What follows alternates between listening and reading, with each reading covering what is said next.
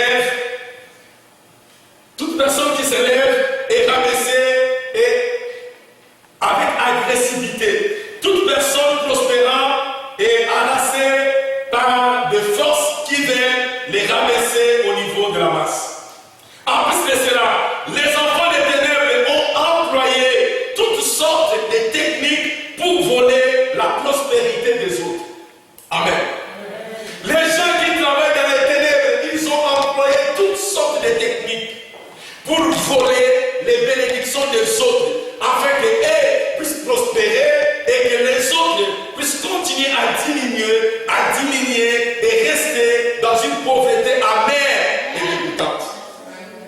Amen. Dans ce genre d'environnement, vous avez besoin de la prospérité dominante, de telle sorte que vous puissiez couvrir toutes sortes de sirènes de pauvreté sifflées contre vous. Vous avez besoin d'une force qui vous surpasse, une force qui peut voir les gens qui travaillent dans les ténèbres, et cette force qui voit les sirènes qui viennent pour voler la bénédiction, il peut étouffer ou peut arrêter cette puissance, afin que vous soyez délivrés. Amen. Mes chers amis, j'ai vu de mes yeux les gens riches de les vies pauvres, et j'ai vu aussi de mes propres yeux, j'ai dit que j'ai passé la moitié de ma vie dans le Seigneur Jésus. Il y a beaucoup de choses, tout ce que je connais dans ma vie, Seigneur Jésus-Christ. Il y a beaucoup de choses que je ne connais pas. Amen. J'ai passé la moitié de ma vie, au plus que la moitié de ma vie dans le Seigneur Jésus. Jésus-Christ est la parole de Dieu, c'est tout ce que je connais. Mais j'ai vu les gens riches être rabaissés. Et j'ai vu aussi les gens entrer dans l'église avec une pauvreté amère. À la fois, les gens de l'église les ont donné une part. Mais je les ai vus aussi. Dieu les a élevés. Je les vis de mes yeux, comme je peux voir n'importe qui. J'ai vu que Jésus les a fait. Et je peux voir que Dieu peut faire aussi pour votre vie. Amen. La parole de Dieu est vraie, elle est certaine qu'il captive les richesses des méchants pour donner aux justes. La Bible dit que Dieu capture les richesses des méchants pour donner à ceux qui sont justes. Si vous êtes juste devant Dieu, Dieu est capable de prendre les richesses d'une personne qui est plus riche. Dieu est capable de vous les donner. Amen.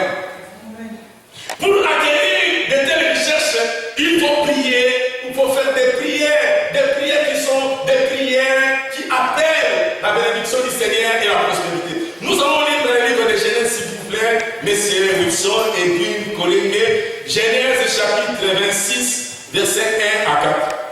Genèse chapitre 26, versets 1 à 4.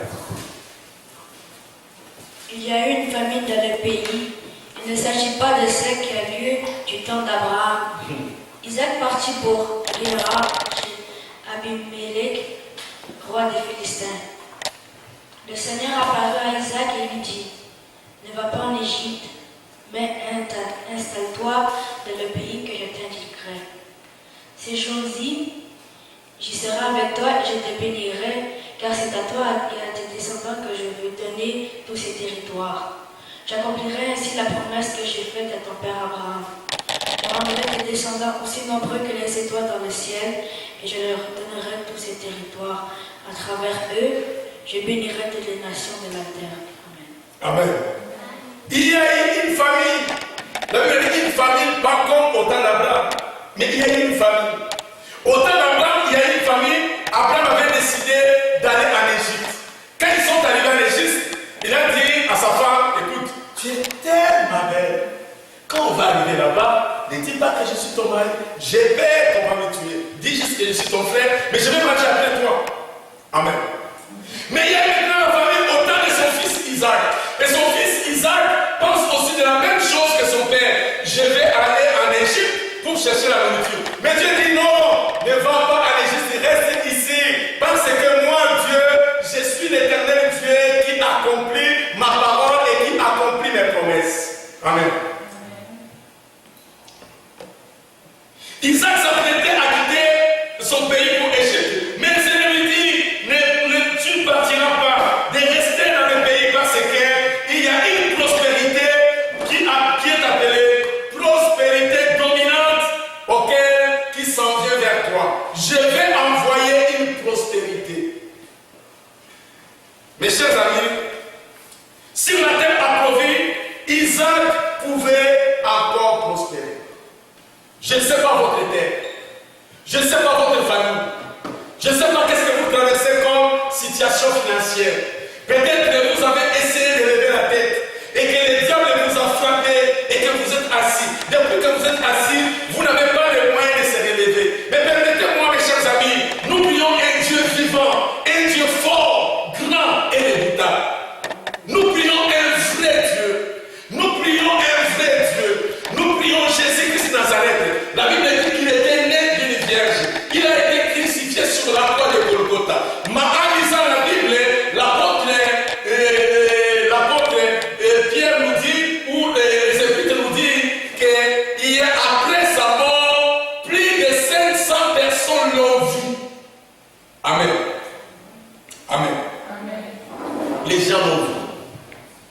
C'est une personnalité de la divinité que les gens ont vue, que les gens ont touché, que les gens ont mangé ensemble avec lui.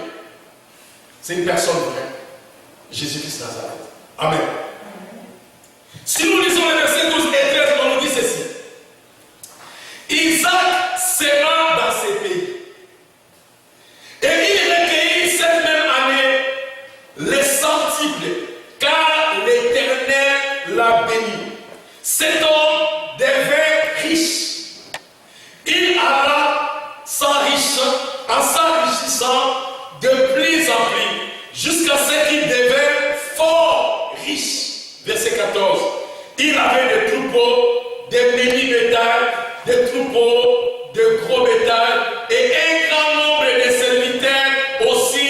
Les Philistins lui portaient envie. Amen. Amen. La Bible dit, cette même année que lui voulait se déplacer, et alors qu'il a écouté la voix du Seigneur, il est resté, Dieu lui dit, tu vas s'aimer. Il a commencé à s'aimer. Cette même année, il a récolté au centuple. Car l'Éternel l'a béni. Mes chers amis, mieux vaut la bénédiction de l'Éternel que n'importe quelle bénédiction. Parce que la Bible dit, c'est la bénédiction de l'Éternel qui enrichit. Vous pouvez chercher toutes sortes de bénédictions. Mais permettez-moi, mes chers amis, toute votre bénédiction peut s'envoler un jour. Mais la bénédiction de l'Éternel va vous enrichir, va enrichir vos enfants, va enrichir vos arrière petits-enfants. Parce que c'est la bénédiction de l'Éternel. Amen. Amen. Pendant les périodes de crise, Dieu avait béni Isaac. Permettez-moi de vous dire que la postérité dominante ne respecte pas l'austérité.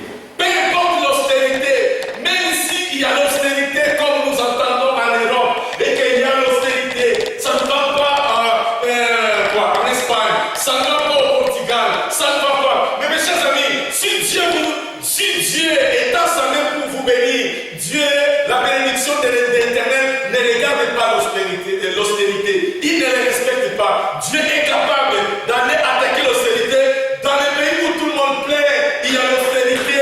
Dieu peut vous bénir. Amen. La bénédiction de l'Éternel reconnaît juste Dieu de souveraineté, dont le pouvoir peut arriver à tout moment pour surprendre les enfants de Dieu. C'est pourquoi nous parlons de pouvoir. Le pouvoir de Dieu peut arriver dans tout moment. Mes chers amis, ne limitez pas Dieu. Ne limitez pas Dieu dans ce que vous vivez. Ne limitez pas Dieu dans ce que vous faites. Ne limitez pas Dieu. Peut-être que vous avez tenté Dieu. Peut-être que vous avez essayé. Mais permettez-moi de vous dire, ne tentez pas Dieu. Parce que Dieu est capable d'aller au-delà de votre imagination et de vous bénir. Amen. Mais comment obtenir cette prospérité? Amen. Comment obtenir cette prospérité? Je vais parler rapidement des 8 points. Rapidement. Je vais obéir le temps, mais j'espère tout de mon mieux, et par la grâce du Saint-Esprit, qu'on puisse obéir le temps. Premier point. On a petit 8 points à partager ensemble. Premier point. Vous devez expérimenter Dieu comme votre pourvoyeur. Ça, c'est le premier point. Vous devez prendre Dieu Tout-Puissant comme votre pourvoyeur. Dans le livre de Philippiens, chapitre 4, verset 19, on nous dit: et mon Dieu pourvoira à tous vos besoins selon sa richesse avec gloire en Jésus-Christ. La Bible dit: et mon Dieu pourvoira. Amen. Il y a une chose qu'on appelle en français la provision divine, qui est opposée à la provision humaine. Vous pouvez expérimenter la prospérité dominante que quand vous expérimentez la prospérité divine. Amen. Plusieurs personnes travaillent dur, mais ne peuvent pas réussir dans la vie. J'ai écouté un témoignage ici à Montréal.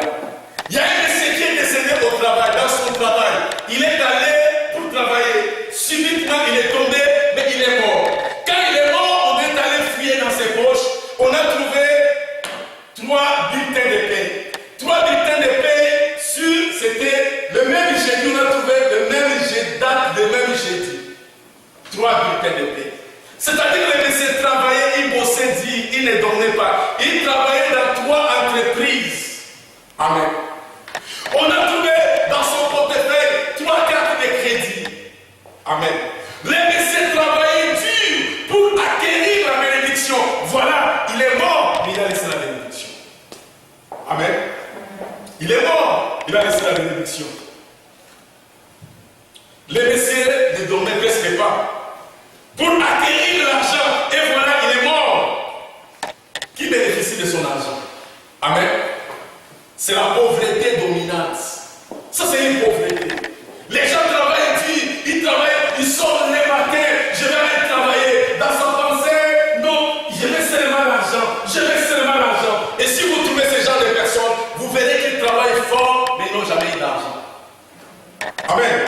La Bible nous dit dans le livre de Psaumes, chapitre 127, au verset 2, je vais lire. En vain, vous vous levez vous matin, vous couchez vous tard, et vous mangez le pain des douleurs. Il en donne autant à ses bien-aimés pendant leur sommeil. Psaume 127.